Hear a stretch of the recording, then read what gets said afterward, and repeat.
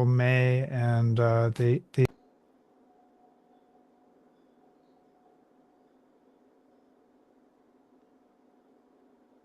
Okay, we are on record. Live stream preparing.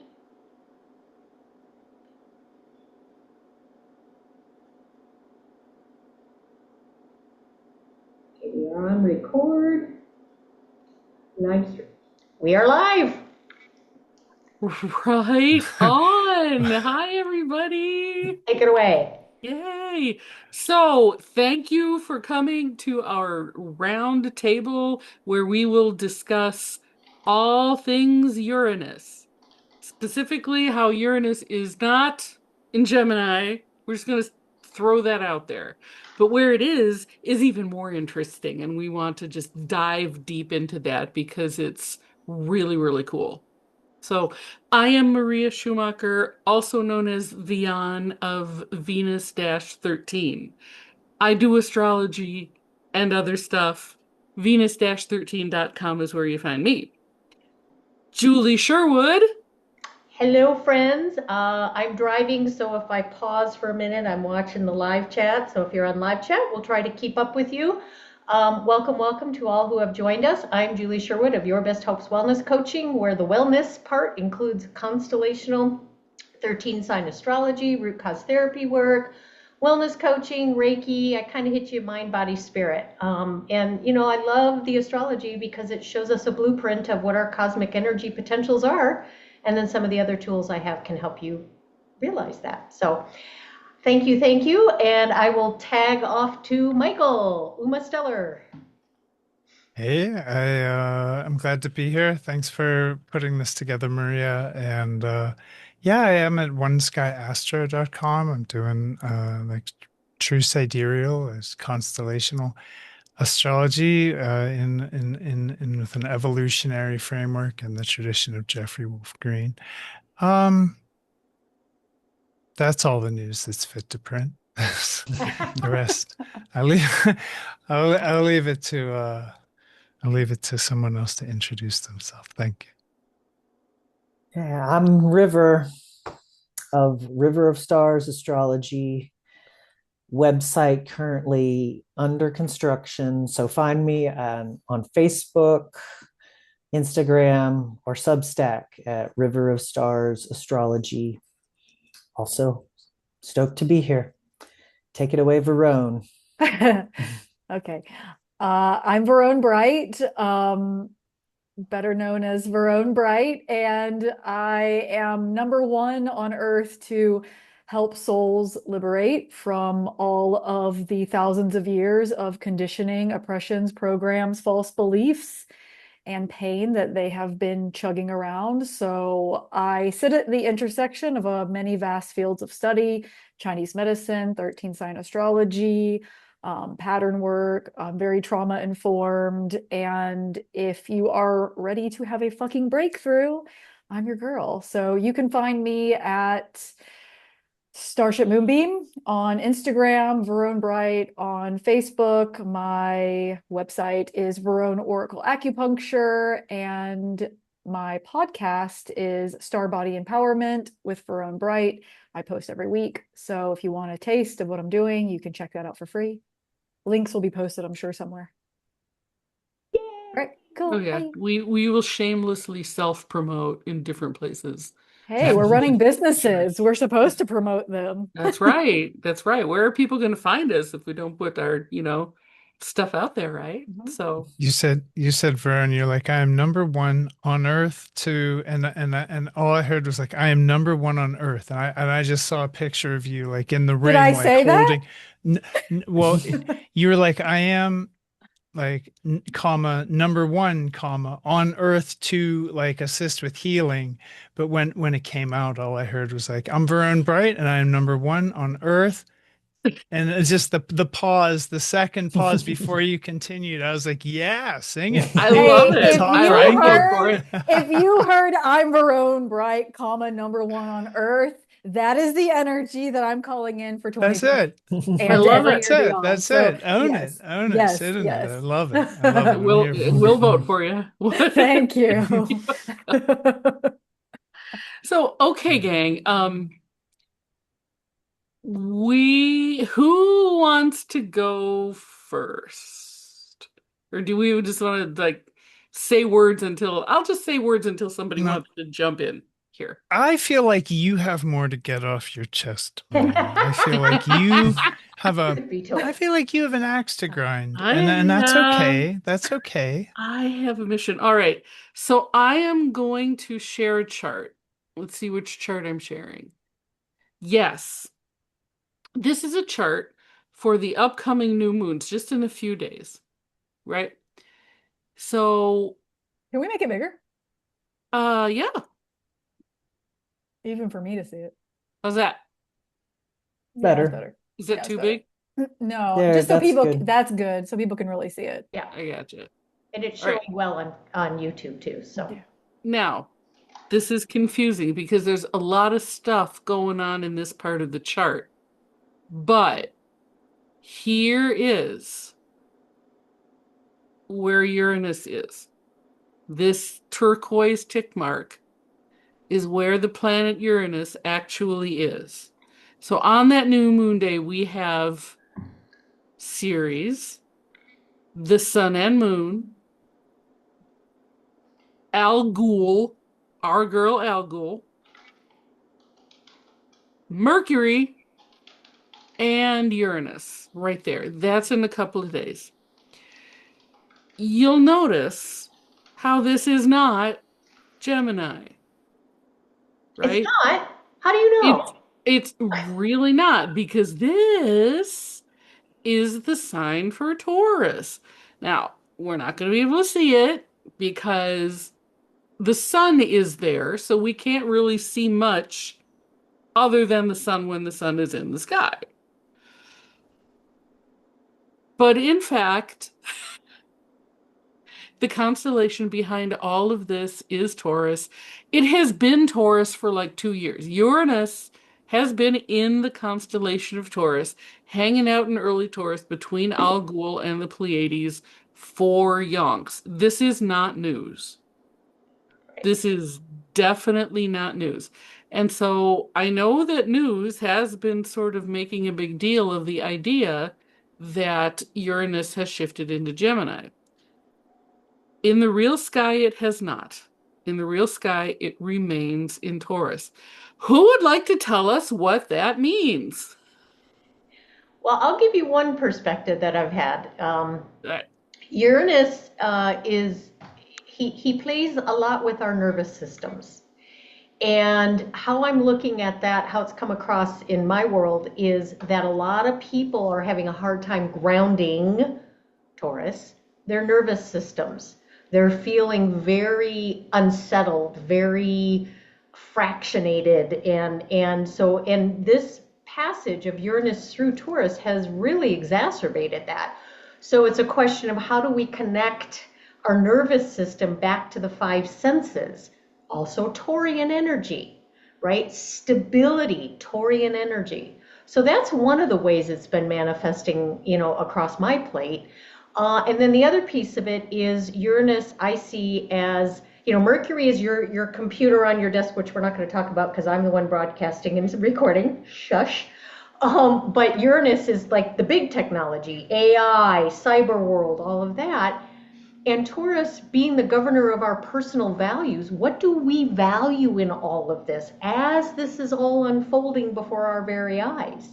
What do I value in the AI world? What do I personally connect with that I think is still okay versus where am I abdicating my values, right? So that's two different ways that I see that energy manifesting. So there's I want to piggyback on a little bit about what Julie just said too about the nervous system piece is that as much as I can agree on one hand about grounding the nervous system, also we are expanding our capacity to hold more of ourselves. And these sensations that rise up from us is the energy that we've had caged and captive for a long time. And when they come up, I think, the first thing people say is like, oh, this is my fear, this is my anxiety, I need to get rid of it, or I need to ground it, or I got to do something with it. instead of hold it and presence it. Like this is our life force, like coming back into our bodies, like places where we've like held in our screams and like been compliant and complacent and abandoned ourselves. So before you just try to off gas it, like I think we need to sit with the unhinged parts of ourselves because this is what's going to allow us to bust through. And for me, Uranus is like that fuck you energy that allows us to remember a part of us that is like immortal and greater, that is going to not accept what we've been given so that we can create something that we've always wanted. So like when you've got this like surge of energy come up, whether you call it rage or anxiety or fear or just like, feeling like you're kind of going insane, before trying to like make it into something, allow yourself to be present with it, like meet yourself and hold it so that you can let that life force like move through you, because like most of our life forces have been quite muted. So yeah, maybe I'll just end it there for now. And in Taurus, that creates that opportunity for stability to build when you do Mhm. that. Absolutely. Oh yeah, definitely. I mean, and what are we building? Like what are we stable on? Like the foundation underneath of us has to shake up because maybe what we've been building on is like not what we want. It's like if you've been, and that's personalities, that's identities, that's belief systems, that's system structures, governments, all of it. So Mm-hmm. Yep. Yep. Yep. Yep. Another thing I think about Taurus and Gemini, the relationship, like one of the places you see the difference is that Gemini is quite intellectual and mental. So when Uranus moves into a set of stars, that area tends to get electrified, and kind of with that kind of higher truth fire, like like really wants to shine through is something that he's usually shaking up, like you were saying, the foundations. But the thing I see about Taurus is like this is electrifying the body, it's electrifying the real world, it's electrifying the earth dimension, and the tangible, the actual things in our lives where um I don't know. I would expect Uranus and Gemini to really correlate with a lot of like inventiveness and creativity, and like, you know, maybe breakthrough in a different dimension.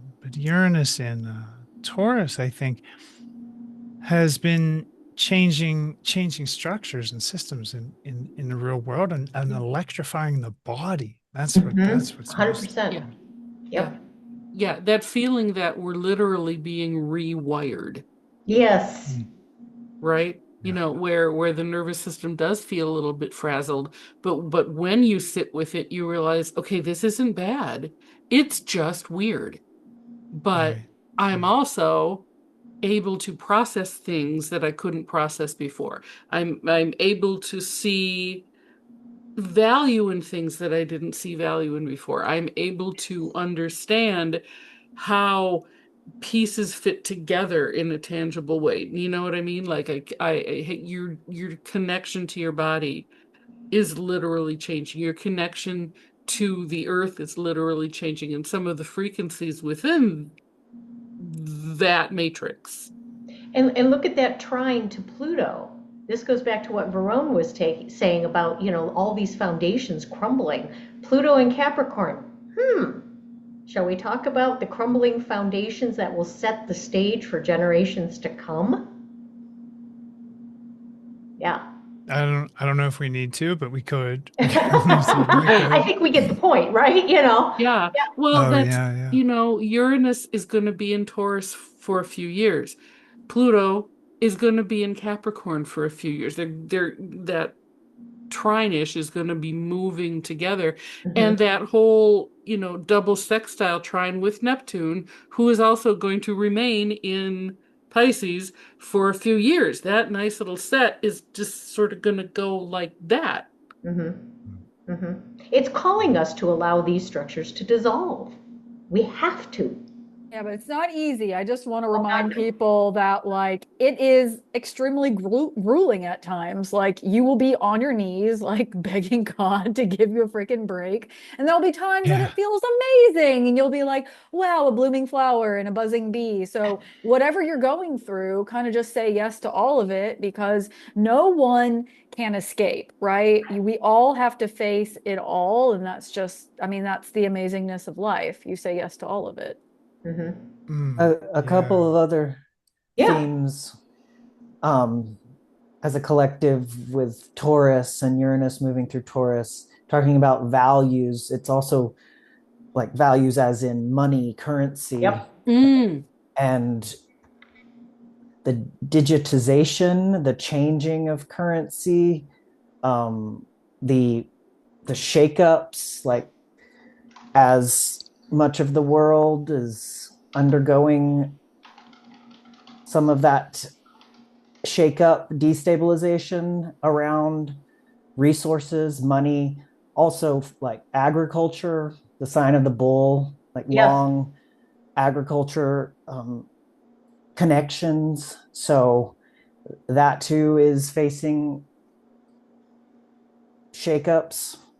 Mm-hmm. Um, so Uranus can also be crisis that brings revolutionary changes. Mm-hmm. It is an awakener, but it can do that through crisis. Mm. Huh? And he's squaring what, Maria? Yeah, so this Uranus conjunct the Pleiades, right? Alcyone, the AOC, that means the Pleiades. That's something. I'll tap River for this in a second because he's a genius with this stuff. But it's that whole thing is square the nodes of the moon right now, right? And so the collective kind of evolutionary arc, karmic path, if you will, that balance point between, all right, where we've been and where we're going and what we're going to take and what we don't want to take, all of that re-evaluation because of revolutionary upheaval, right? Mm-hmm. How as an individual do I want to maintain or reclaim my self-expression? Uranus square something in Leo, right? Um, as I move forward and benefit that collective future, Uranus square something in Aquarius. So, um, River, would you continue from there with like the big stars that are involved in this too, with just makes it a little more than just even Uranus and the nodes? Sure. Well, you see, the nodes are close to two really major stars. They're called royal stars. There are four royal stars in the sky, and um, Maria's circling Regulus in Leo, the heart of the lion, and Fomalhaut, which is in Pisces Austrinus, the southern fish, which is right below Aquarius. It's what the urn of Aquarius, the water is the fish is drinking that water, that source water of Aquarius. And that's yeah, the Fomalhaut is the watcher of the south. Regulus is the watcher of the north. They're like these archetypal energies, holder guardians of these archetypal directions, lighthouse stars. And whenever anything transits these stars, I think it's something to pay attention to. Like the Grand Cross in the sky with these four stars, the other being Aldebaran and Antares, which Aldebaran is in Taurus as well. So, and the sun is moving towards Aldebaran, as is Mercury, as is eventually Uranus in the next few years.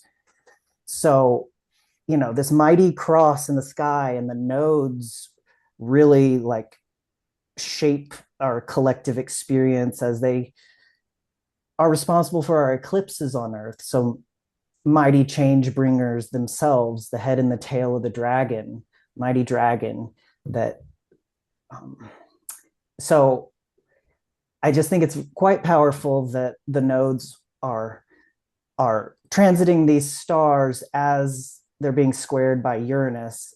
At another, Alcyone of the Pleiades is another of the great stars. So much lore surrounding the Pleiades that goes back as far as there's some. I've read that possibly even 100,000 years into the past, there are still stories of like the lost Pleiad, the lost, because you can only see 6 of the stars rather than the 7. So there's this lore about the missing sister, they're also called hens, but there's like this feminine quality to the sister, and that the rest weep, their tears fall, and so they're associated with like rain and grief, um and also the moon very much so, and that kind of energy of psychic ability, even Mm-hmm. illusion is part of that moon thing. But I associate the Pleiades with that psychic visioning, the third eye, also just vision in general. When we see like fuzzy groups of stars like the Pleiades, they're kind of like glowy blue up, and but they kind of there's a fuzziness to them. They're associated with classically with like blindness, but it's also sight. It's also like a different type of sight, Like a third eye sight. like the blind seer, like the Mm. archetype of the blind seer, Okay. who may be like physically blind but has a different type of vision, enhanced vision. River, So, is it true that the cave paintings at Lascaux, France, that depict the Pleiades? Do I oh have that yeah, correct? you So Yeah. this do. is important for a long time. Like, Mhm. yeah. Yeah, absolutely. Like those are very ancient. And what I was talking about are Aboriginal stories of Mm. Aboriginal peoples, um, too. So yes, they have just humans have been tuned into these stars as far as we know that humans have existed. And Yeah. Right. Like even since I think before the constellations, before they even knew about the ecliptic, before they put groups of stars together and called them constellations, there were the bright stars.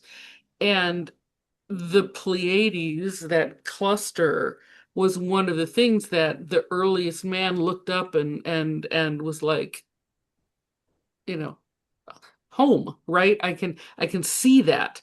I can trace its movements. I can see where that is, and I can mark things by that. And Fomalhaut, great stars like Fomalhaut and Regulus too, really, I think, predate astrology as we know it. So the fact that there are 3 important points in a modern astrological chart that are conjunct these 3 very ancient important points in a simple sky map is is huge, and like nobody's talking about it. And so that's, No. you know what I mean? Like, this is so cool, and Oh, I do. Yeah. I want to tell everybody how There's. cool it is. I want to show you. Oh, Can we Varun, can go we ahead. not I got something to say on this exact thing right here. Yeah, So, yeah. when we are working with stars that are this old, that are connected back to our human consciousness back 100,000 years, we're talking about our ancient star ancestors. And like The star material is inside us. I know that I've said this a billion times. I'll say it a million more times. We Reach. are made of the same fundamental elements that were birthed in the bellies of the stars, exploded out with the supernovas. We are literally made of stardust. And so when we have activations like this, we are activating that primitive, that's almost like ancient primal material inside of us. It's like literally waking up inside of us. When we're working with the nodes, we activate that dragon energy. We're like awakening our internal dragon, that part of us that is immortal. Like we are not just freaking here to eat fast food and watch Netflix. Like we have forgotten the point, right? Like humans have forgotten how powerful they are, that we are made of earth, we are made of stars, that we are the infinite, like awakening to itself. And this activation with the North and South Node, with Uranus, with Alcyone, with these ancient stars, with the guardians of the sky, like that's inside of us. Like it's not outside of us. It's not this thing that we're searching for. It's a remembrance inside of our own body, connecting to this wisdom that we've held and we've passed down generation after generation, lifetime time after lifetime, thousands of years after thousands of years. And with the Pleiadian star cluster, especially, like the Kritika, the cutters, like they're psychic surgeons. They are coming in, cutting out all of the gunk that we don't need. So, like, when stuff comes up for people, the first thing people want to do is be like, what's wrong? Something must be happening. That's awful. It's like, no, this is your opportunity to take out the trash, right? To get this crap out of you. And that's exactly, to me,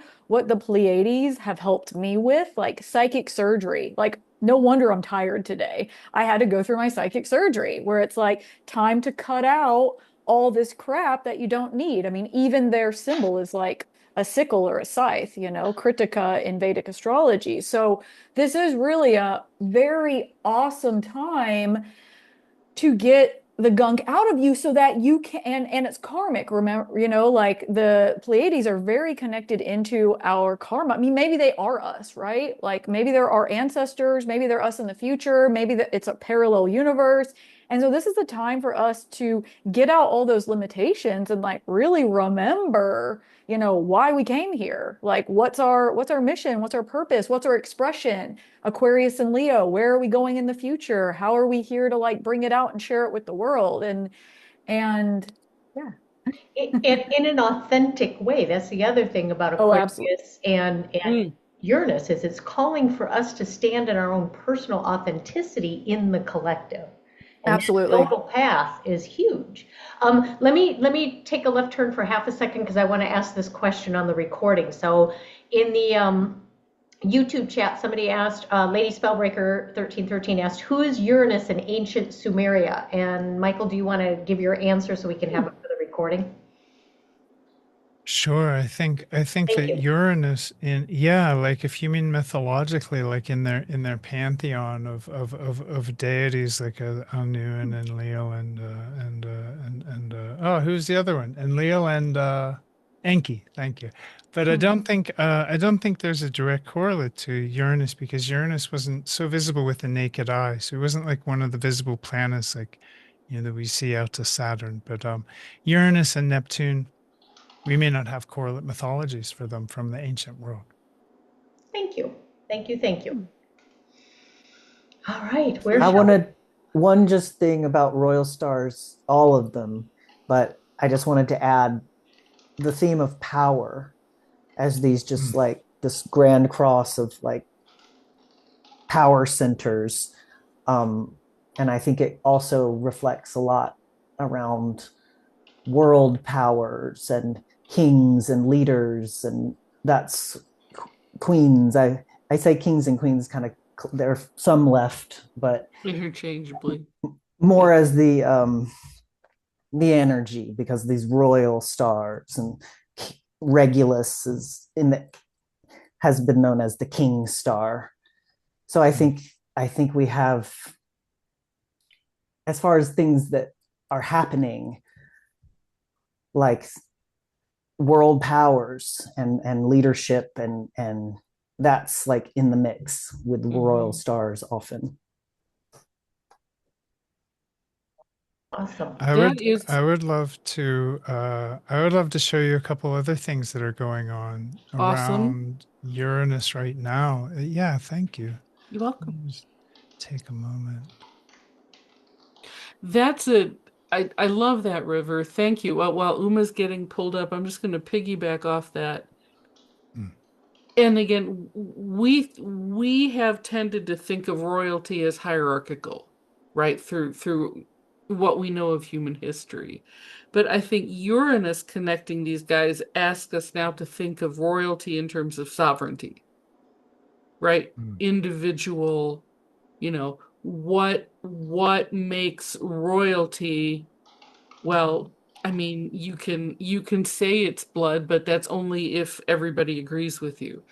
Everybody is has the right to be their sovereign selves, and Uranus will demand that we address that question, I think, as we move through Taurus, the sign of the body. Like, mm. what in the body makes one person better than another, if anything? And I'm yeah, so sovereignty, kingship, a whole nother way of looking at that. Mm-hmm. Love that. Yeah. Love Mm-hmm. that. I do too. I do too. That's really big. I agree that anywhere Uranus goes, he points out sovereignty. He points out Mm-hmm. autonomy and he points out people's power. One of the things I wanted to show, well, first of all, just to get a 3D view, here's Nice. Alcyone and the Pleiades. That's what we're talking about. Here's Aldebaran. Here's Uranus, the sun and moon. This is the May 16th, 2026 alignment. So the next new moon will be here. And Mercury, and here's Ceres. And what I wanted to show you is 2 points. One of them is Sedna. Sedna has an 11,400 year orbit. So the last time Sedna was this close, approaching like aphelion, approaching the closest, sorry, perihelion, approaching closest point to the sun, was like the almost the Younger Dryas event, the end of the Wisconsin Ice Age. Like this to go, just like the Pleiades, is very archaic, is very timeless and archaic in our consciousness. Wow. Um, except that Sedna, unlike the Pleiades, has been hidden for that time. She goes out like into the Oort cloud, I think into past heliopause, into like deep space, and comes back in that 11,000 years. And she's close now. She's about half the distance, and again, or no, about two and a half times the distance of Neptune from the sun. She's that far from the sun, two and a half times Neptune. So she's really close right now. She's almost at their closest point to sun. And she's coming back for this 11,000 year cycle, bringing this like timeless stuff that lines up. And she and Uranus conjoin May 20. I'm going to get this wrong. It's either the 23rd or the 24th, but it's like right in this new moon, right in this lunar cycle, this new moon that happens May 16th. That cycle, Uranus and Sedna will actually conjoin. And Sedna's got a really weird orbit, but she's not down in like Eridanus or Cadus. She's here in Taurus. So there's like powerful resonance with the ancients, and with, we don't have the map on Sedna. We don't know, like we don't have good case studies. We don't have precise information what's that reflect, but we know it's very old, very mysterious, and like just deeply archaic. And the other thing that's going on in Taurus that brings Uranus a lot of power here right now is his north node. So just to like kind of cover that, what that is the where Uranus crosses the ecliptic into kind of magnetic north. Uranus has an orbit that's pretty close to the ecliptic, but there is technically like a little north-south wobble. And where the north node is symbolize always the more like forward leaping, future oriented, like kind of breakthrough oriented qualities of an already right future oriented breakthrough rich energy. This guy is like, that's his specialty, that's his special dance move, and he's approaching like most powerful or most potentized point here from a certain point of view. He's approaching this north node, which will give him the most kind of bleeding edge approach to kind of future forward thinking and acting. So really dynamic energies, real a lot of stuff coming up. Uranus and Uranus North Node will meet up 2029, in May of 2029. So we have some time yet to see, like, what is this guy? What is he even up to? What's he doing in Taurus, right? Because we have ideas, we have some ideas, but a better timeline would be to give ourselves the rest of this decade to kind of see what's going to shake out, how it's going to I have shake. two questions for you, just mainly to put it out for the group.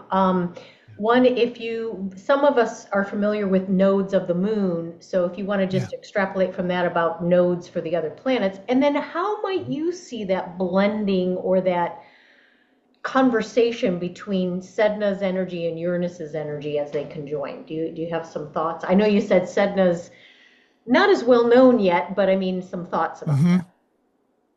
Yeah, well, I do, and I'd love to hear other people's thoughts on Sedna. I don't know. I'm like it's just disturbingly rational sometimes. So my first thought where I go to with Sedna is like, oh, does the astronomy reflect the astrology? And if it does, what we have with Sedna is like a very, very, very deep, like very, very ancient. Like this thing is only coming around for like I mean, really, to come into the contact or like realm of the inner planet, and even just to come close enough to Neptune that we can talk about it as like as a close object. We can see it with telescopes and stuff. Like 11,000 years. So that I think gives it a cycle. Like we think of, we think of the moon and its 29.5 day cycle. That's a month. That's a cycle for us. That's meaningful. That's like a thing. We think of like, I mean, obviously all the cycles of astrology have their various correlations and meanings. So this one, Sedna's, is an 11,400 year cycle. So that is automatically like just that's one of the more different energies in the solar system. So we can say maybe it'll be deep. Maybe the mythology of Sedna reflects deep. She lives at the bottom of the Arctic Ocean. We could say maybe it'll be strange. Maybe it'll be like cold. Maybe it'll be like almost unrecognizable for its like maybe it could be really different to what we're used to, but also recognizable for its like timeless qualities. I mean, literally 11,400 years ago, like the Wisconsin Ice Age was ending. It's so hard to think about that span of time. Yeah. That's a long time. It's so But I, interesting that the Sedna is coming up right now because with one of my clients, Sedna has been present in almost every one of our sessions together. Just she has come in visions, she's appearing, like she's just here. And so to see this in the chart right now, I'm like, well, of course, this is what's happening, mm, you know? And so mhm, with this, like you said, at the bottom of the Arctic Ocean, this very, very old, very far out, this dwarf planet that's so far beyond like the reaches of like what we even quote unquote know. I do think that there is this extremely old primal beyond word feminine energy that is awakening in the collective that can't be contained anymore, and as of like our understanding of reality in this moment, yeah, it may not make sense, but like it's not supposed to make sense, right? It's bringing in something so old and ancient and far beyond something that we can try to rationalize or think our way through, even thinking about like the bottom of the ocean or the deep seas or the waters, I just think that there's so much there for us. And so I feel excited about that like far out energy coming like closer in. And like, there isn't, we can try to say things about Sedna, but she's like an experience, right? She's something that Yes. we have to just experience, and she's going to like move through us. I mean, I think it could be quite artistic, I think it can be quite experiential beyond words. Oh my. Whale Well, and think, songs. Whale songs, oh absolutely, yeah. yeah. And think about, all of the you were talking about just that ancient primal feminine energy coming through. Look at all of the feminine archetypes that are clustered right there right now. You've got Sedna, you've got Ceres, you've got Algol, you've got the Mhm. Seven Sisters, you've Mhm. got For many, I've been tracking this for like many moon cycles. If you look back at all the like past lunar cycles, maybe the 4 past like lunar cycles, it's been just like Eris and Algol, and like it's been like all yeah, of these really powerful feminine energies coming forward more and more and more and more and more, and and like not just feminine promote beyond them. like your own gender, Yeah, like the yeah, feminine yeah. force. It's a force that cannot be stopped, right? It can't be Mhm. stopped. So it makes me wonder, going back to what River was saying about the seven sisters and how the one sister wasn't visible. I Yeah. wonder if we'll start to see. Yeah, I was just about to say that. Yes. Hey, things, when we're ready, we perceive it. At one There it point, is. Saturn was the edge of our solar system. Were the other planets not there? Yeah, we just weren't ready to see it yet. Right? So Mhm. I'll be And waiting to see that seventh sister in the sky. That's there it cool. is. Prediction. Yeah, Oh, that's a yeah. prediction. Yeah, when yeah. Well, and Yeah. it, oh, go ahead, River. Oh, if you have a thought, you go ahead. No, I was just going to say, in that, and how I kind of navigate the discussion with those who are very oriented toward that other system. I don't want to set my friend Maria off. And how that's a very formulaic, mathematical, divine masculine energy, and how we're returning to the cosmic constellational true sky approach, I see as a divine feminine energy. There's a lot of intuitiveness that's involved with that. And so it's that bringing this all back into balance. And boy, if what's going on in the sky doesn't support all of that, I mean, Yeah. seriously. So Yeah. It's definitely it, just a broader sight too. It's yeah, like you're able to like cast your vision in a wider scope, and so I think that that's always really helpful. like River said, the blind man suddenly sees, right? Yeah. Yeah, yeah. And I was gonna say,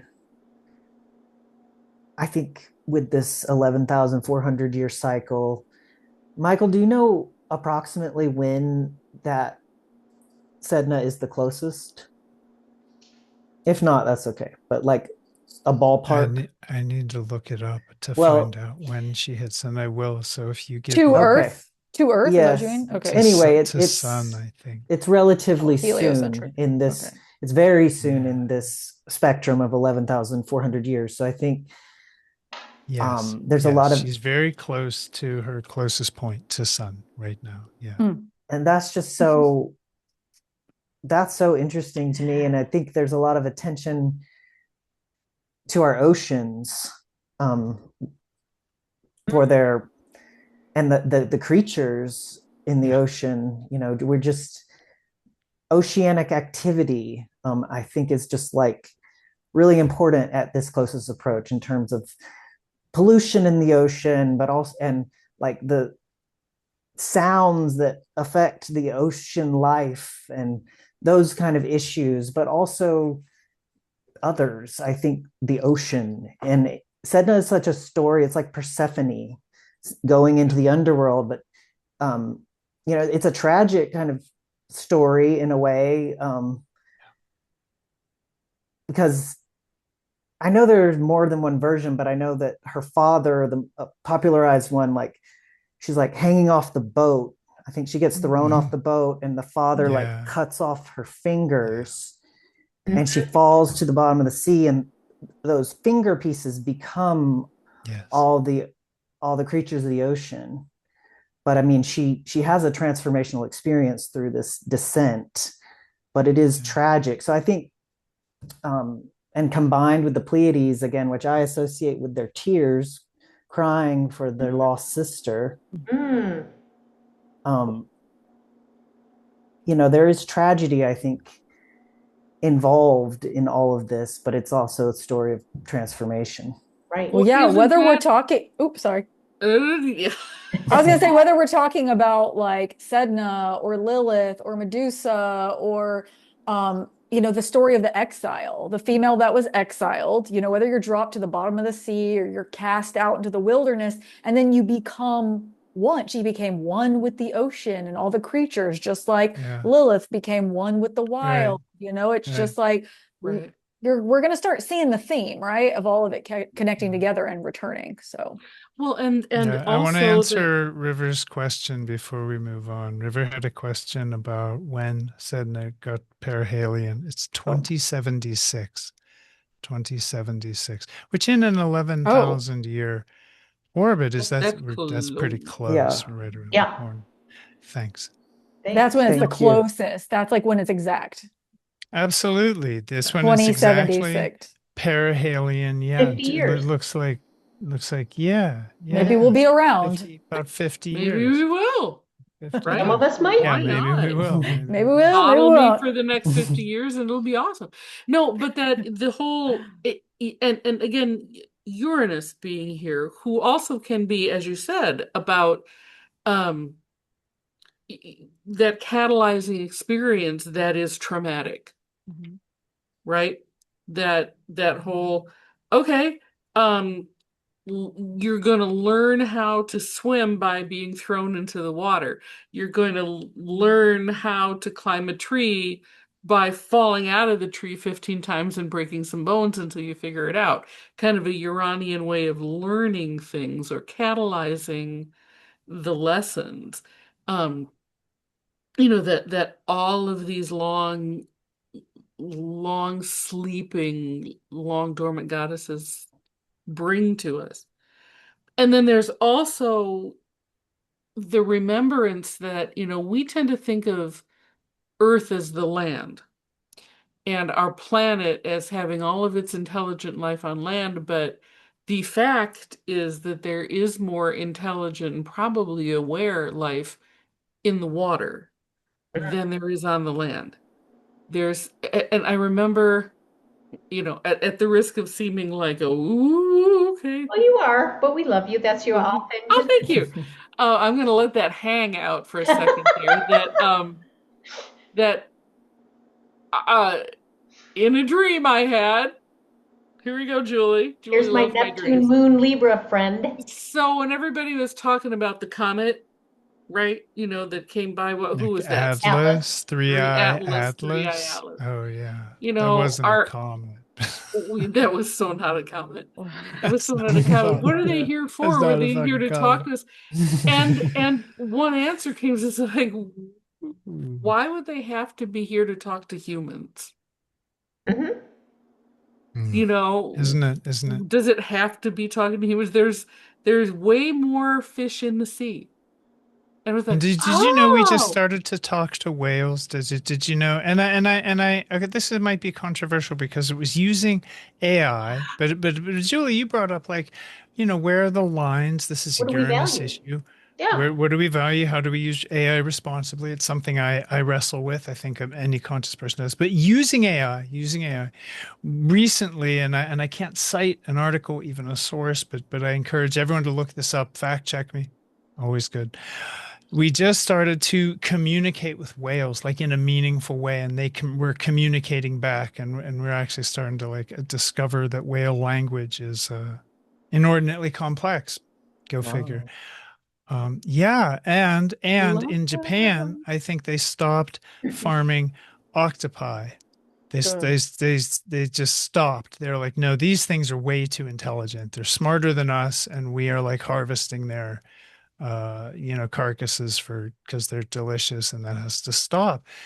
And maybe as we move towards 2076, we'll see kind of increased awareness, like this returning Sedna awareness, maybe an Well, awareness that's it. of life in all its What if the forms. divine feminine doesn't necessarily turn through people? What if she returns through the sea Yeah, Well, yeah, and the creatures yeah. therein, right? and it's People, interesting. people.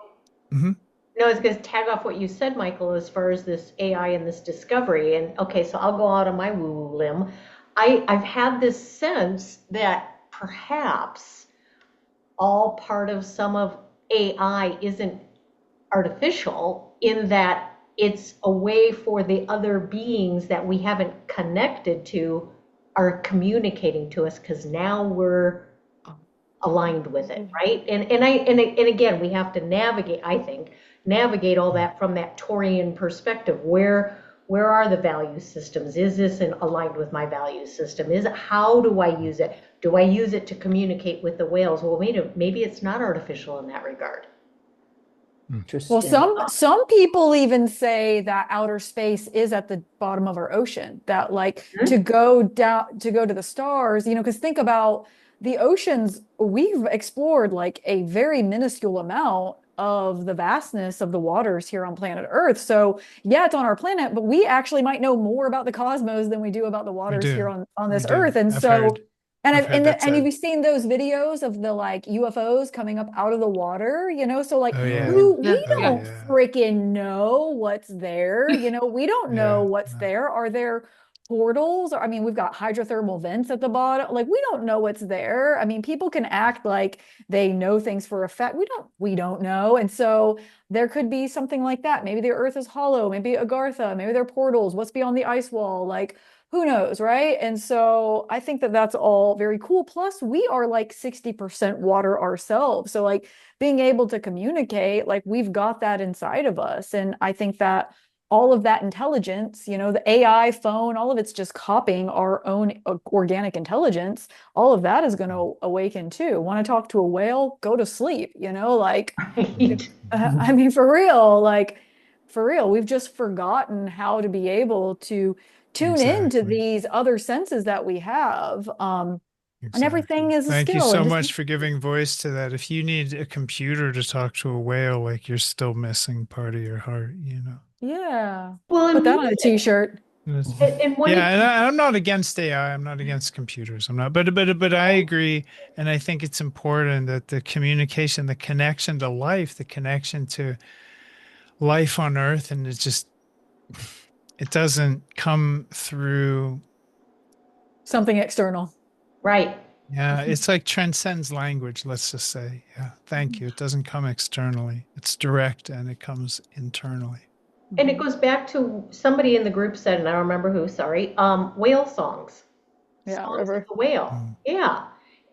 And that's a language, right? We're returning to the frequencies of sound in a way that we're getting away from the digitization of it. Like just go out and be in nature, you know, Mhm. or the sounds in the stones, the sounds in natural elements, you know, metal and you know, all of that. It's like, what are those sounds? That's how we're singing to the whales.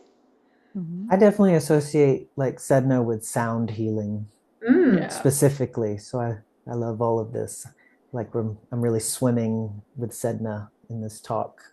Yeah. yeah, yeah. I think we Yeah. may associate Sedna with everything that's ancient, like of the nature of like cycles that are greater than the cycles of civilization. Like an 11,000 year cycle is like I mean, we have points that go back, like you know, milestones of civilization that we could say, oh, right around then, you know, such and such, you know, Karahan Tepe or Göbekli Tepe or something was happening. Maybe, but you know, maybe Atlantis was was disappearing. Like that's how Yeah. crazy 11,000 years is Yeah. like that's when Plato dated the rising of the oceans and the fall of the mythic continents too. Hmm. It's batshit. So we don't know what Sedna like symbolizes at all. And I think it could be everything like ancient and antique that like archaic that still survives, that's still like in our minds, in our stories, in our imagination, you know, sound healing and whales and life at the bottom of the ocean, life in the universe, all of it. Like there's something deeper to me that's connected to Sedna. It's like truly God, it's like archaic. It's like it just goes to the spirit of the people who survived those climbs and that Wisconsin ice age. And I can't articulate it, so I apologize for taking so much But that's bandwidth without Sedna. But that's actually, That's yeah. that Sedna. now. Isn't Yeah. Yeah. it? Isn't it? Yeah, Yeah. Isn't it? exactly. It's right The there. spirit It's of right those there. beings that crawled from the primordial waters. That's Mhm. hot. And That's hot. we're still Right? talking about Ancestors. we're There's still some, talking about Atlantis Yes. Oh at there's this some, More there's and part some, of the more and cycle, more and which Lemuria yeah, and yeah. and the yeah, water. I mean, this is all Mary. very watery, but it's also a time of like like the crisis element Mhm. Like, and did we the learn? Who And are paradigm. we? did we Where are we learn our from? lesson? And did we Right. learn? What have we learned? Who are we? What's our deep history? And Yep. what the have we Did we learned? learn? Did we learn Oh our lesson or did we gosh, forget it? Are we going to do it all over again? Well, and this is isn't funny it? you should Isn't it? say that because I've been saying all this crazy business over the last however many years, decade-ish. I feel like it's the next cycle of the fall of Atlantis. Like this is literally coming down in a way that we didn't learn the lesson the last time. So maybe Right. Sedna's Push coming it too through. far. Yeah, Or, and maybe or Sedna's coming through is saying, hey guys, you have an opportunity this time. And it's going through all of those, the ones that you talked about, Verone, the divine feminine archetypes who have been maligned and cast out and thrown to the bottom of the ocean, coming up and saying, hey, listen to us, and perhaps the fall won't be so far and we can rise again. There we go. There we go. See that I'm just going to push back on the lessons of it, like because cycles also teach us that there's I know people don't like this word, but that there's an inevitability of things that things cycle back around.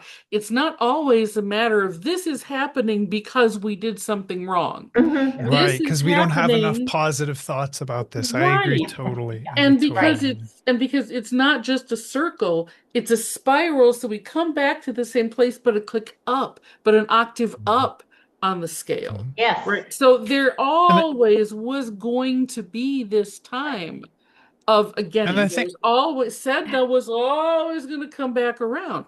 It's just, now it looks different. And so what are the next things? What do we get to rebuild from this next time? But it doesn't mean that that's we've done anything wrong to get to this Right. dissolution phase. It's just that's yeah.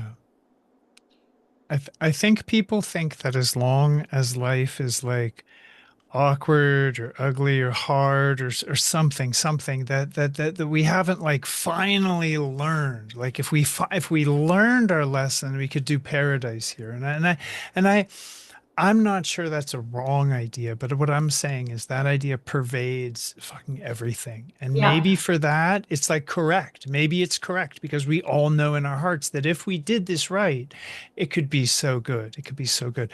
But what I think about that is that the spiral, like, yeah, we are learning. And until we get there, like internally, like all of us in the fabric of our souls and in the deepest parts of our being, whatever that is, and we learn collectively, we probably will still, because humans are like kind of mischievous. We have like a terrible side that's like I don't know where it comes from, but it's crime, it's mischief, it's diabolical, and we'll push limits, like we will. I like we know this about ourselves, so we aren't going to stay in our lane, and we aren't going to stay doing the speed limit, and we aren't going to do what we're told. That's not how we got here, and I don't think it represents the correct path forward. I think what we're saying about listening to Eris, listening to Medusa, listening to Lilith, these forgotten voices, these louder cries from these clarion calls from our deep collective. I think they're the path forward. And I think it's okay that life's awkward and messed up and gruesome and savage. And I think we're likely to make the same mistakes until we really truly get it. And I have no idea how long that is. I really have no Maybe prognosis there. 11,400 years. Well, there has to be a Dude, in push. space, that's nothing. I know I it's know. I crazy. know. But It's there has to be crazy. a push Crazy. pull, right? Just like the Yes. Diplo repeller and the Shapley attractor, just like us eating food and we shit it out, like we have to have a push pull because without it, there is no movement. If Right. everything was just like tra la la, happy go lucky kittens and rainbows, we wouldn't know that it's happy go lucky tra la la kitten and rainbows because it would just be beige. It would be Right. like this constant eternal sunshine and smile, and we would take it for granted. So there has to, I mean, that's the dragon energy, right? There Right. has to be the ebb and flow. There has to be the up and down. There has to be the push and pull. There has to be the inhale and the exhale, because we don't even get to keep our breath, right? Like nothing's really ours. Everything is in circulation. And so, when you fixate on the bad thing, or you only like try to grip onto the good thing, you're missing the like eternal fountain of everything. And like, what is the final place? Is there a final finish line? I mean, I hope not, because then it's I hope over, not. right? Then it's Right. like game Yeah. over, like, Yeah. everything's gone. So it's like there's this kind of eternal, growing and expanding and blooming. And I think that that's cool. I think a lot of us are rushing to like finally figure it out. And it's like, well, Yeah. what are we Yeah. figuring out? Figuring Mm. what out? Like, there's really kind of nothing to figure out. You just show up, you live, you try to do your best, and be authentic and in your integrity. You're gonna mess up. Like but what is messing up? I don't really even believe in failing. And so, No, and yeah, even Verona, even the people who make that journey and who make the whole journey, they say before enlightenment you chop wood, carry water. After enlightenment, chop wood, That carry would carry water. Like it Yep. water. doesn't change like Right. it doesn't the same bullshit happens. You're just, now you're just like more somehow not aware. like Yeah. hooked and drawn up the Yeah. river by it, Yeah. so I don't know. I don't know. I agree. I think it doesn't necessarily stop. I don't think the Yeah. point is cessation Yeah. of bullshit. I think that life's just a little irregular and erratic, and everyone's been screaming that at us from every angle. And until we get it and kind of make our peace with it, I think we'll be pounding a square peg into a round hole forever. I Well, you fear. can't have the north node without the south node. You need that duality. That's why we're here. You don't know joy Yeah. if you don't know sadness. Yeah, how can you put a feeling or a word or a sensation or an experience around it if you don't have the counterpoint sensation, right? Oh, our Yeah. little note taker just went off, but that's okay. Like even those moments where you like, and I think that most people at least have experienced this one time in their life where you're like, you're just in reverence and awe to the everything. Nothing may be really even happening. You could just be Right. like walking down the street and it kind of, you're just like, wow, like Yeah. this is actually quite a Uh, miracle. Like nothing really happened, but I just feel like just totally overwhelmed head to toe with how amazing things all are. Those moments, they're fleeting. You can't grip onto it, just like you can't be like, okay, here's God, I'm gonna just go ahead and put them in my pocket. Like it's just not it. So we have to be able to, bring in and release and, see it and let it go. And who knows what's going to happen like in our lifetime? Do I think there's going to be some insane crap happening? Probably. It already has been, I but was there's going to also say, going to gonna be, be.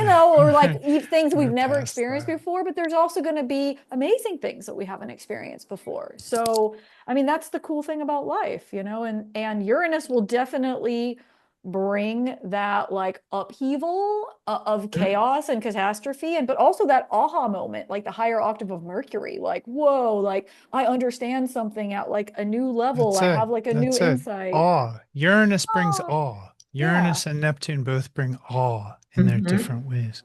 And Hmm. and and and one of the things I want to, in the spirit of like polarity and pendular swing, I want to push back a little, Varun, not just in a very friendly way on what you were You want to go head to head offering, with me? because I no, it's okay. What I Here wanted comes to push back elbow. on is I'm just kidding. You won't win. what I I'm wanted to kidding. push back on is the idea that sense of let's just use the word awe with life, with the universe, with just it was just I mean, a wordless sense. I think it is fleeting by nature, and the pushback is the idea that I think we can draw it closer, and we can crack our egg, and we can open up to that awe as a state, not a fleeting experience, but actually to live in a state where we're just, I mean, and I know that if like you were actually open to the, like Aldous Huxley and like the doors of perception, if they were cleansed would just be blown out. Like, whoa.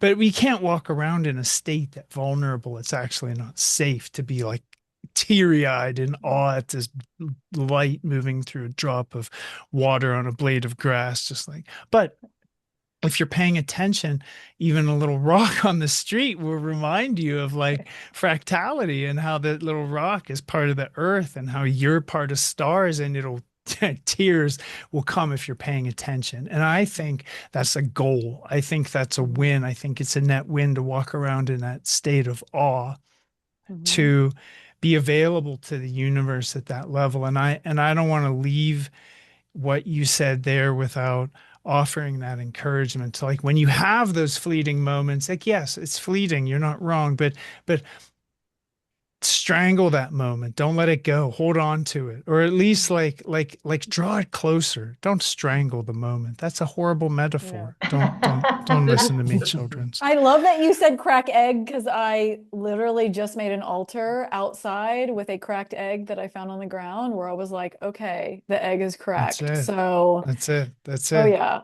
I hear what Yeah. you say, and I definitely second that.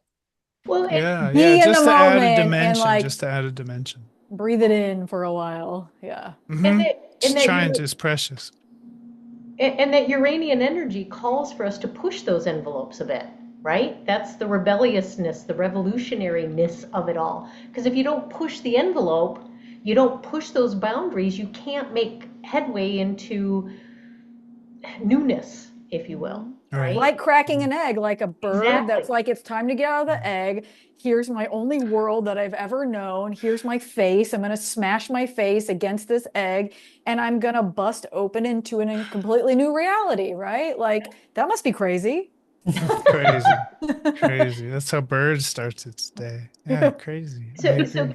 going back to crazy and Uranian energy, for the sake of our audience who may be fairly new to our diva of the dailies and her wording and her verbiage, pray tell, what does Uncle Dave have to do with Uranus? Oh, Dave.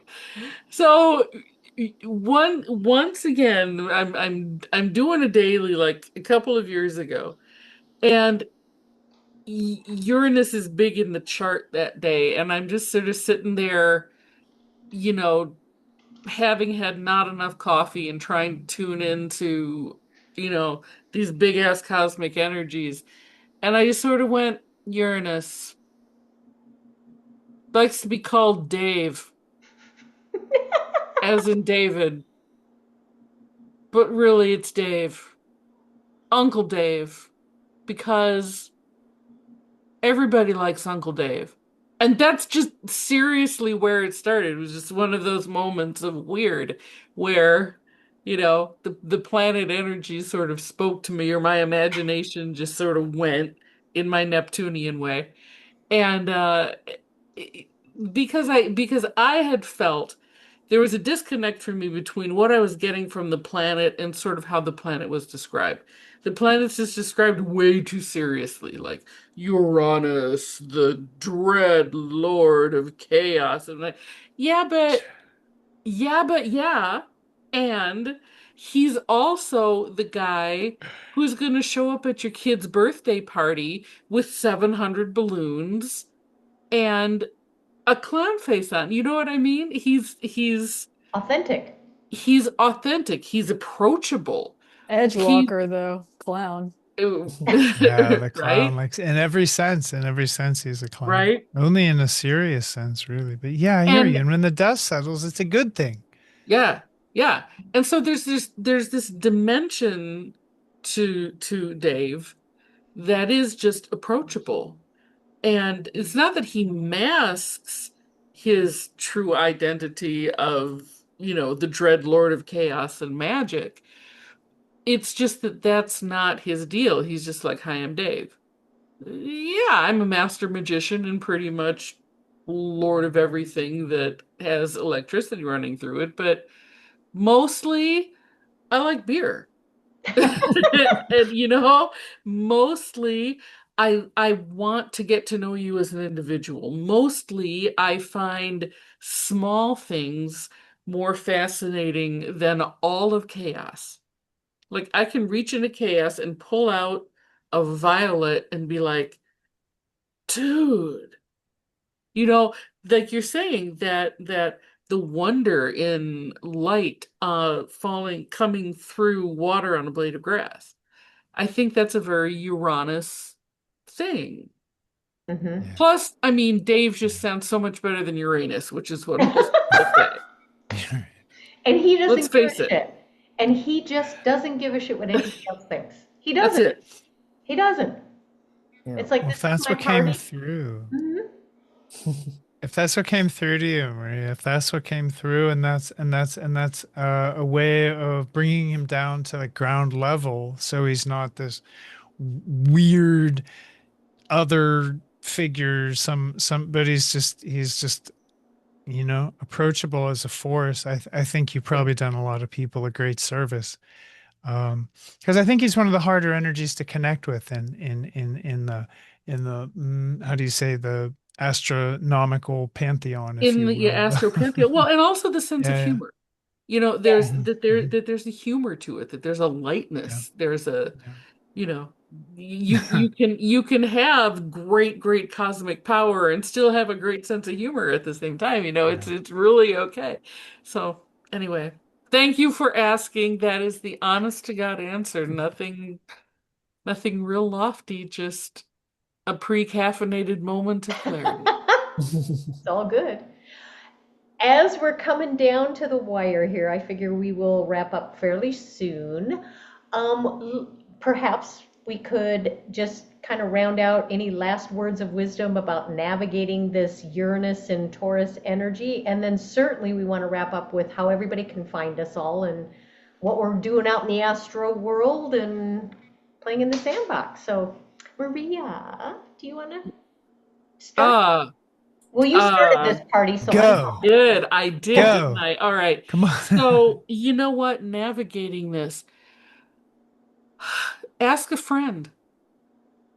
You know, for as much as I like heard I that know I'm serious. differently. Pardon me? I heard that differently as you said that. I thought you meant like, I don't want to say anything. Go ask a friend. Oh, yeah. read Don't ask read a me. Ask horoscope. them. Don't. Right. Yeah, you go ask a friend. Next. Yeah. Sorry. Shameless plug. No, I mean, for as much as we talk about the individual when we tend to talk about Uranian energy, there's a lot of collective and tribe making Hmm. energy going around in this. And how do I, as an individual, contribute, or what benefit do I get from a community? And so this may be one of those where, you know, you can't, you may be able to perform psychic surgery on yourself, or it might be a little easier if you just went under anesthetic and let somebody else do it. You know, it's kind of those, don't don't be afraid to make a connection with somebody else if you're feeling like it's all a bit too much. That's my suggestion for navigating all of this.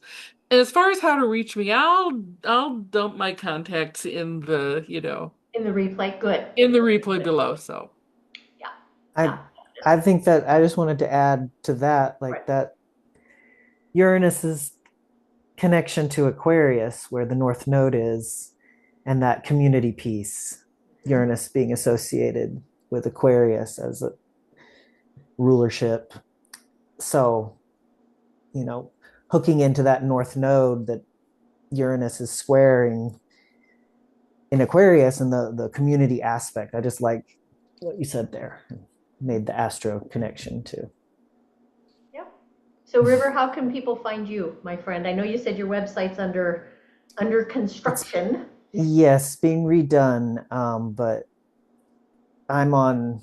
It's all River of Stars Astrology, Substack, Facebook, Instagram, and you can find me there. Fabulous. Fabulous. As far as this Uranus and Taurus, I would suggest to learn skills and resourcefulness, Mm.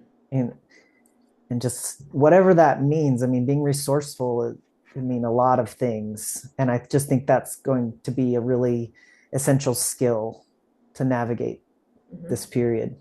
Hmm. Yeah, Taurus rules those resources for sure. Intrinsic and extrinsic. And I think, like what Maria said, connecting with others in order to enhance one's resources through community building, I think that would also be wise. Fabulous. Yeah. Who else? What else you guys got to say?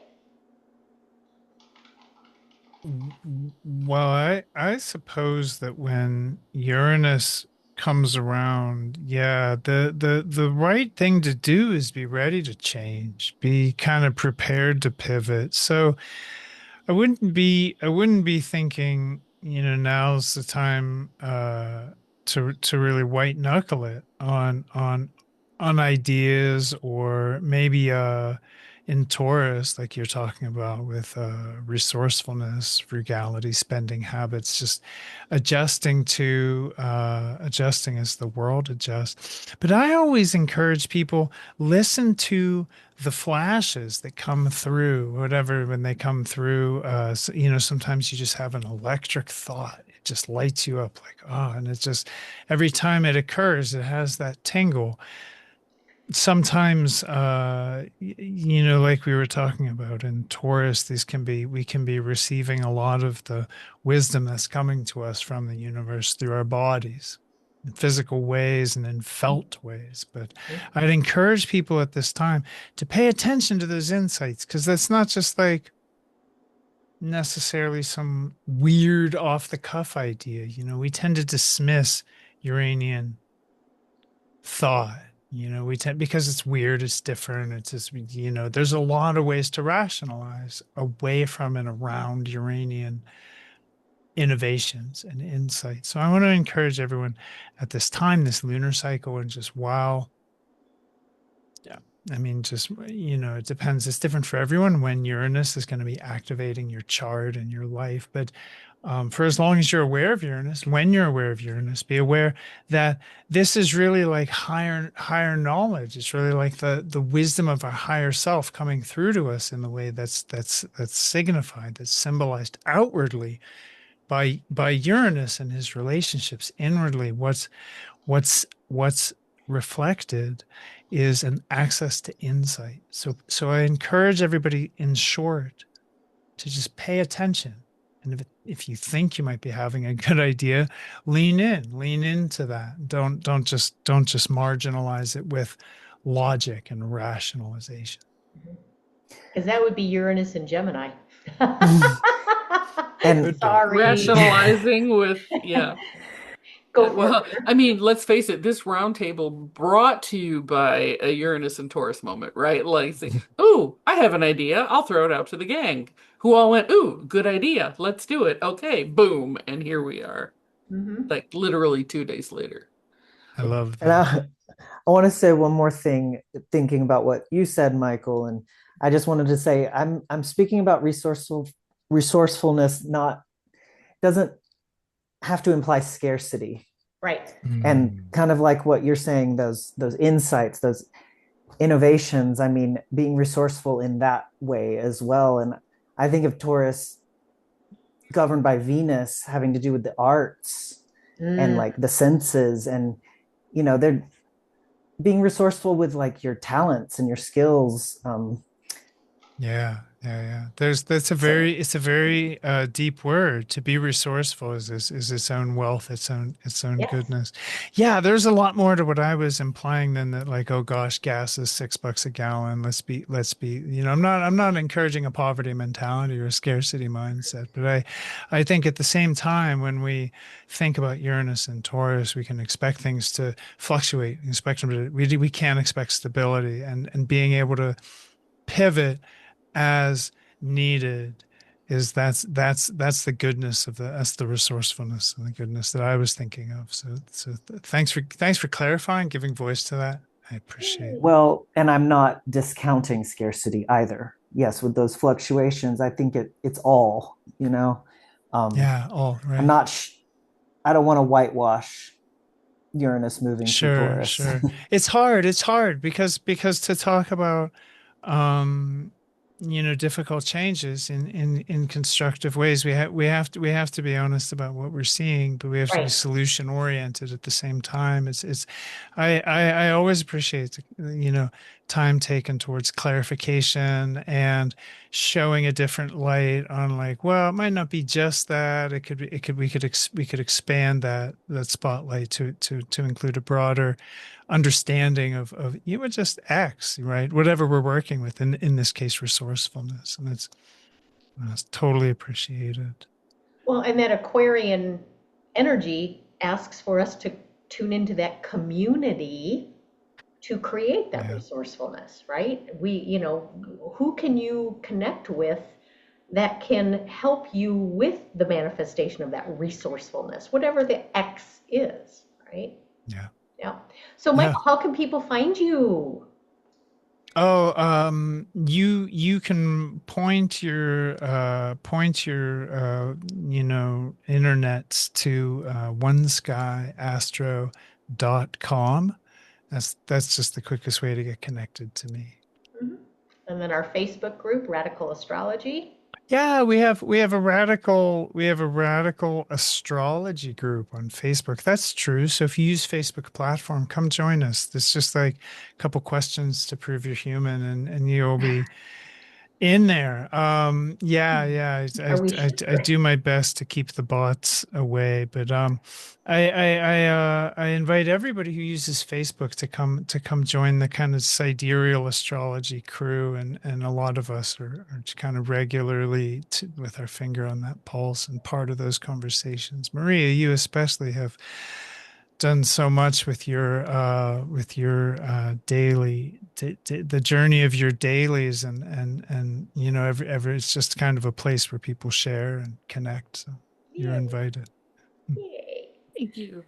I want to shamelessly plug my friend Verone's temple I for a was going to go second. for Verone next. Yes. That's There right. ain't no So shame plugging it. Right. Verone got a temple and peeps need to visit, is what I'm gonna say. So, would you like to tell us more about your temple, Verone? Sure. I created this place for people to have accountability and containment because we all know some days you've got it, some days you don't, some weeks are better than others. And I utilize the sky and the current energies for kind of my intuition to teach weekly. So I teach weekly courses and I have a full library that's stacked so that when you're feeling like, oh my God, I don't know what's going on, there's always something for you to be able to access. But ultimately, like I said at the beginning, I'm a soul liberator. I'm here to help people clear out all of the limiting beliefs so that they can tune back into their true, authentic soul and really live from there. Because like all this crap that we've inherited, it's not ours. We don't need to integrate it. We don't need to try to make it it's not ours. We're here to compost it off. Like we are literally high level alchemists. We just forgot. So I'm here not as any type of guru. I don't like that stuff. I'm here to remind you what's already inside of you, right? That's like, and the temple is an easy way to come in a group container to have weekly reminders of that. Lots of different topics. Yeah, yeah. And how do people find you? I want to say one thing more about Please, Uranus and Taurus please, before we go. And thank you so please. much, Maria. You're awesome. And okay, so Uranus and Taurus, what keeps coming to me that I didn't want to forget is that whenever I think about Taurus, I think about the Minotaur. That's like a being that I think about often. And the Minotaur has the head of the bull, the body of the human. And kind of to piggyback off what Michael said, like if you've got that primal animal brain like running ragged, you're not going to really know what to Right. do, right? Like you can, even when people talk about the reptilian race, I think it is that like reptilian, the primal brain, that part of the brain that's right there in the brain stem. If you're just coming from that, like, fear and fright and all of that hijacked of the nervous system, you're not going to make good choices. When you're hijacked, you're not going to make good choices. But we all know what it feels like to be hijacked. Like, when you're in fear, when you're in flight, fawn, freeze, all of that. And so this is your reminder and this is your sign that when that's activated, when you're in that like nervous system overload, when that primal brain is like trying to drive the show, when like, abandonment and rejection and scarcity and fear and fright, do not make a decision from that place. Right. Like not a good place to make a choice from. You've got to get yourself back into that kind of like aha moment, because that thought of like Uranus aha isn't just coming from here. It, like what Michael said, it's a full body experience. Like when you feel lit up by an idea, even if it feels like it doesn't even make sense and it's like far out, or like you're like, how could I ever do that? I mean, I'm a big ideal person. You go there and you don't have to know the whole plan. All you need to know is the first step. If you try to figure everything out, you're gonna collapse, right? Like, so a lot of people get overwhelmed because they're like, how am I gonna do all this? Well, you're gonna do it one step at a time, Right. day by day, moment by moment, right? Like you do everything. So if you're overthinking, like you have to know that overthinking means you're going the wrong way. As a recovering overthinker, with somebody who has like a whole bunch of Virgo in my chart, think about it once, great. Think about it twice, sure. Think about it three times and beyond and ruminating, you're going the wrong way. You need to move your body, right? Like Mhm. Uranus and Taurus is like, get that body moving. If you're overthinking, do 20 jumping jacks. If you're overthinking, go for a walk. If you're overthinking, put on your favorite song and have a dance party, right? Because you need to move that energy through. With Algol there too, you can't just be severed here. You Right. can't just be like a head in a bottle. A lot of our energy gets cut off at the neck because we think we're supposed to figure everything out from here, and that's not it. You got to figure things out all the way down to your toes, right? So move your body any way you can, even if you feel like you could only crawl, like just shake it out, and the wisdom will come. It Mhm. really will. Like it's amazing what going on a walk can do for you. It's Yep. amazing what going to the gym can do for you. It's amazing what dancing can do for you. Instead of trying to grind it out in this weird rational logic, that is just not where we're going anymore. It's just not going to serve us. I had this very conversation with somebody this morning. The very conversation. It's like when you're in survival brain, everything else goes offline. Well, then you're making Everything else. choices from survival, which, Exactly. sometimes I'm glad it's there. Like our Yeah. survival Oh, self, yeah. we need it, right? Because if Yep. there is like somebody chasing you with a knife, you're not going to be like, yo, man, love and light. Like you're going to get the hell out of there, right? But like you're sitting in your Fun. house and everything's fine. You don't need to be like, you know, Right. feeling like you're being hunted for sport. You got to Right. be able to bring it back in. And like I understand for the people who've experienced extreme trauma, because like I did, Mm-hmm. but you got to make the choice and you got to recognize it. And this is why I created Temple too, is that you got to be able to have guardrails, Yep. because sometimes those moments are like 5 minutes and sometimes those moments feel like months, right? Like if you've ever fallen off and you've been in like the pit and the spiral and you're like, wow, how long have I been here? Like, if y'all experienced that before, like, how long have I been losing my damn mind? Oh, wow, it's been months, or it's been weeks, it's been days. That's why I created the temple. 11,400 years. 11,400 years. Yeah. That's why I created the temple. That my offering is because I'm like, hey, I'm here to be like, hey, nope, we got it. We can do it. So you can find me at Instagram is the best place for me. Starship Good Moonbeam. Moonbeam. That's my handle. I am on Facebook. You can find me in the Radical Astrology group, Verone Bright. Listen to my podcast Yes. on all streaming platforms. It's Star Body Empowerment with Verone Bright. Yeah, that's good. Yay. Well, Yay. when I put the replay up, I'll catch all of the links, or do the best I can. And if I don't, you guys can just tag off of that so people can find us. Yeah. And yourbesthelpswc.com. You can see that on my screen. Hit me up there. But I also want to put out a plug for Constellational Con. Conversations, ConCon, as Maria and I affectionately call it.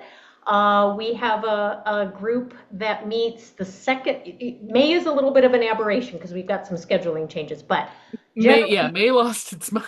generally we meet the second Sunday of the month, 11 a.m. Pacific, 2 p.m. Eastern U.S. time for 2 hours, or the second and fourth Tuesday, 4 p.m. Pacific, 7 p.m. Eastern for 1 hour each. So we get the equivalent of 2 hours. And the idea is to teach constellational approaches to astrology through a conversational method. So it's not Astro 101, 102, 103. That has its place. We bring it more to the conversational level, use your charts, help you understand what's a sun or what's a progressed moon. Like every gamut of experience is welcome. So, yes.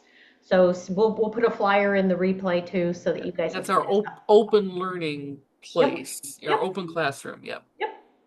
Yeah, or if you've studied and you've like, I've never understood Uranus and Taurus, come talk to us. Or how does it affect me? Come talk to us. And we'll have a conversation just like this, really. Yep, exactly.